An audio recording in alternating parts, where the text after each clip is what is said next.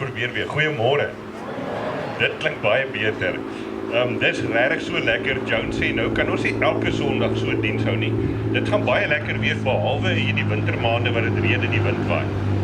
Dan dink ek nie gaan dit so lekker gaaf wees nie. Kan ek gou hoor, ek is nou tipies soos hierdie ouens wat by groot bijeenkomste wil vra.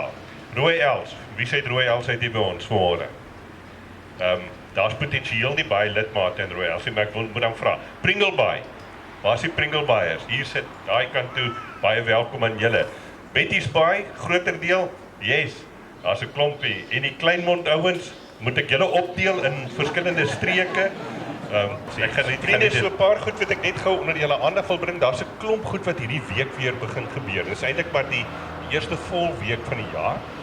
Môreoggend het ons begrotingskomitee. Dis al die voorsitters van die verskillende kommissies op bedieninge, saam met die finansiële kommissie voorsitter, wat gaan sit te werk in die begroting vir die jaar. So asseblief onthou dit om daar te wees, nommer 1 en nommer 2, wil ons regtig vir julle vra, bid saam met ons ook dat die Here vir ons wysheid sal gee oor ons begroting vir die jaar vorentoe. Dan Dinsdagoggend in Handklip en Dinsdagmiddag by Kleinmond is die gebedsgroepe wat bymekaar kom elke week. Behalwe in vakansietyd, maar elke week, ander week, dan kom die gebedsgroepe bymekaar. Kom skakel asseblief daarby in.